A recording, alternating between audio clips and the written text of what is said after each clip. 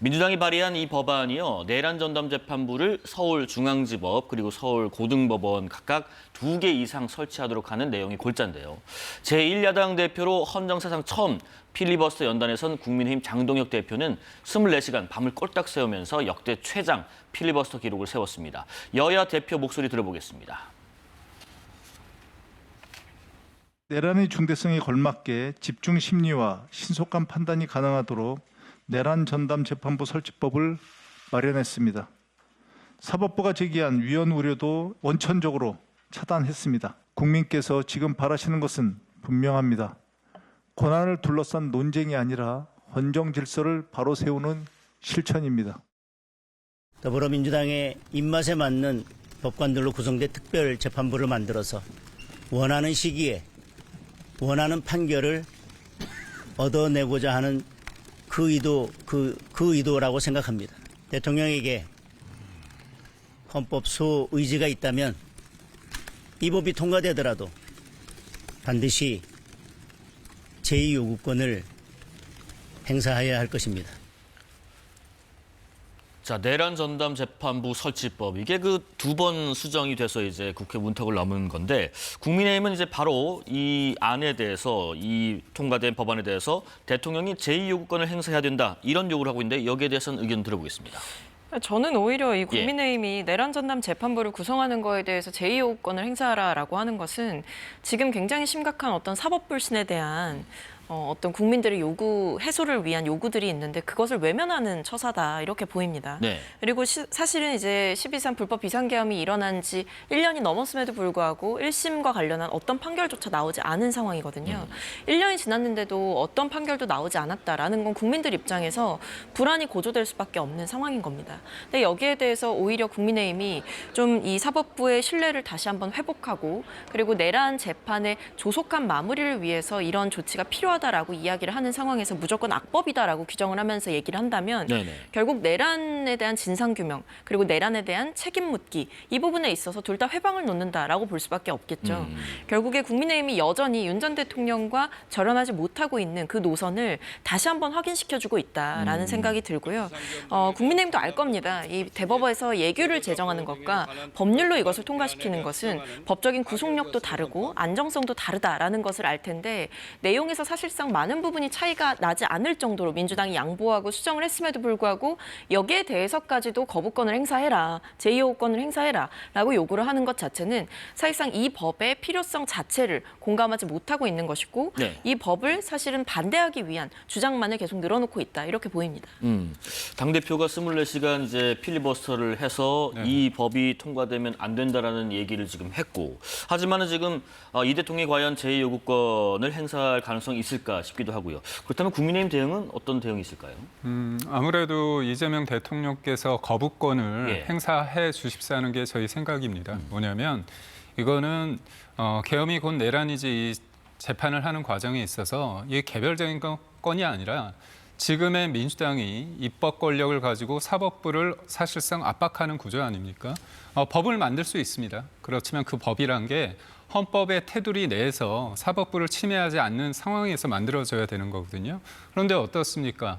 사법부 관련해서 무작위, 그다음에 임의성을 담보해야 되는 겁니다. 그런데 어떻게 되죠? 지금 민주당이 하는 것 같은 경우는 16개 재판 중에서 2~3개를 전담을 만드는 겁니다. 네네. 사후적으로. 그리고 그거를 예전처럼 대법원장에 있어서 그런 프로세스가 아니라 판사회를 통해서 영향을 준다는 거거든요. 그렇더라고요. 영향을 주는 게 있어서 외부 세력이든 내부든 그 영향을 준다고 했을 때 공감하기 어려운 부분입니다.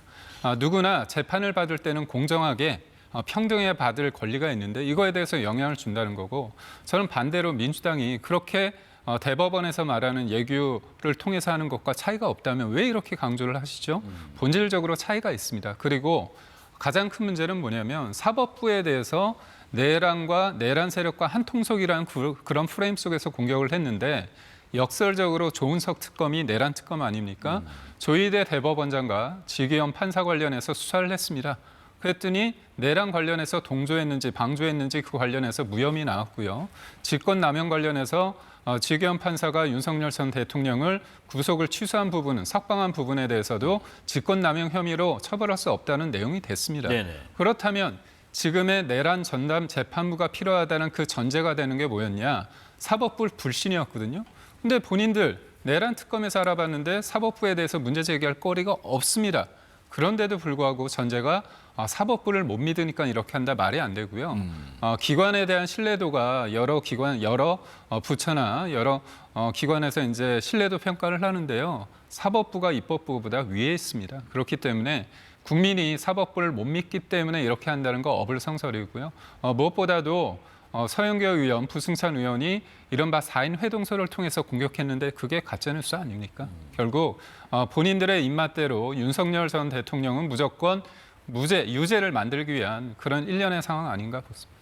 그런데 지금 계속 드는 궁금증 중에 하나가요. 이게 어쨌든 지금 법안에 따라서 내란 전담 재판부를 만들게 되면 향후에 예를 들면 뭐 윤 전 대통령 등 주요 피고인들이 이거 위헌이다, 위헌 심판 신청을 만약에 하게 되면 오히려 재판이 좀 더 늦어지는 거 아닌가. 이 내란 전담 재판부라는 것이 집중적으로 신속하게 재판하자 이런 취지 아닌가 싶습니다. 박채호 의원님 어떻게 생각하시는지? 맞습니다. 이제 집중적이고 신속한 어떤 그 재판이 필요하다라는 취지에서 만들어지는 것이기도 예. 하고, 근데 그 부분이 왜 안 됐냐라고 하면 결국 재판부에 대한 불신이 지금 있는 거거든요. 네네. 그러니까 직위원 재판부가 의도적으로 지금 재판을 침대 축구식으로 진행하고 있는 거 아니냐라는 의문점이 있는 것이고, 그렇기 때문에 대법의 예규에 따라서 어떤 다시 한번 내란 전담 재판부를 구성해서 재판을 하겠다라고 하더라도 직위원 재판부 시즌 2가 나올지 아닐지는 모르는 건 거죠. 왜냐하면 사실상 이번에 무작위 배당을 통해서 직위원 재판부에 뭐 배당이 됐다라고 하더라도 이례적으로 지금 나오고 있는 얘기들은 이 내란 재판 자체가 재판장 전원의 대면 회의를 거쳐서 배당됐고,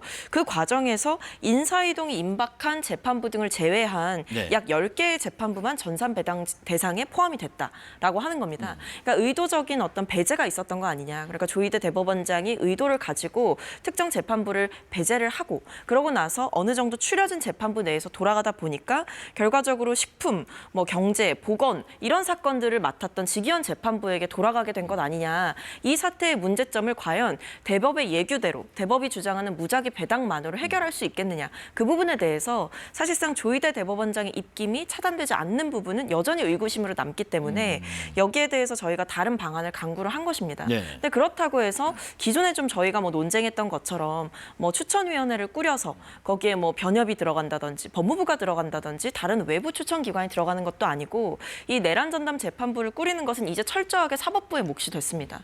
판사회의에서 내란 전담 재판부 수와 판사 기준, 요건 이 모든 걸 정하게 되어 있어요.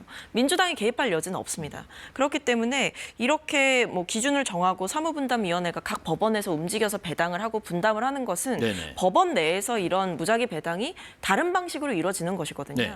그렇기 때문에 저는 꼭 예규를 고집하는 것도 꼭 예규가 정답이다라고 얘기할 것도 아니고, 말씀 주신 재판 지연과 관련한 문제에 네. 대해서는 이 정도로 위헌 소지를 없앤 법안이기 때문에 아무리 윤 전 대통령 측에서 문제를 삼는다라고 하더라도 이것 때문에 재판이 무효화될 일은 전혀 없다라는 자신감이 있는 겁니다. 아하.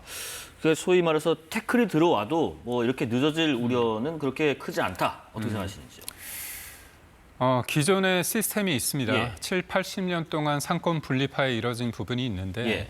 지금 민주당이 입법 권력을 통해서 의석수가 많기 때문에 관철을 시킨 거죠.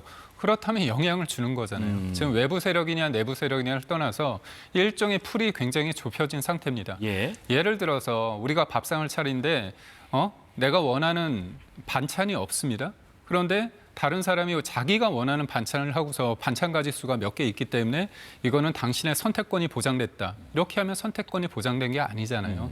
이미 민주당에서 표현이 그럴 수 있지만 손이 탔습니다. 영향을 준 거죠. 그렇다면 제일 중요한 거는 제가 볼 때 재판부가 중간에 바뀌었다고 볼 수 있는 거 아닙니까? 물론 항소심이지만 전반전, 후반전 했을 때 후반번에 심판과 선수가 바뀌었다고 얘기했을 때 그게 과연 납득이 되는가 부분이고, 저는 그 전제를 말씀드리는 겁니다. 직위원, 그 조희대 대법원장 관련해서 뭔가 문제가 있다고 했을 때 특검이 털었잖아요. 근데 지금 나온 게 없지 않습니까? 무엇보다도 계엄 선포된 날 조희대 대법원장은 뭐라고 했습니까? 그 개헌 관련해서 위법하다고 공개적으로 얘기를 했다는 거 아닙니까? 인원을 보내달라고 했는데 가지 말라고 하지 않았습니까? 그러면 내란에 동조하거나 그다음에 내란에 대해서 뭐 묵인하거나 그런 것도 아닙니다. 네. 그런데 일종의 그런 프레임을 건 거죠. 이재명 대통령에 대해서 대선 전에 유죄 취지 파기환송을 내렸다. 이례적으로 빠르게 내렸다. 그렇기 때문에 이재명 대통령을 대선에 못 나오기 위해서 뭔가 개입한 거 아니냐. 거기서부터 출발이 된 건데 그거는요. 지금 이재명 대통령이 대선 때 그 출구조사에 의하면 사람들이 재판을 진행해야 되느냐 아니면 재판을 중지해야 되느냐 했을 때 60%가 넘는 사람이 재판이 진행돼야 된다는 얘기했습니다. 그렇다면 당연히 대통령이 됐을 때도 재판이 진행돼야 된다고 하는데 대선 앞두고 최종적인 결과 가름말을 타줘서 국민들에게 이 사람이 죄가 있는지 죄가 없는지를 알려주는 게 뭐가 문제입니까? 이 법 말고 또 다른 법안 내용에 대해서도 이야기 좀 나눠보겠습니다. 내란전담재판부 설치법이 통과된 직후에 정보통신망법 개정안이 또 본회의에 상정이 됐습니다. 그런데 이 법안 두고 여야 지도부는 극명한 시각차를 드러내고 있습니다.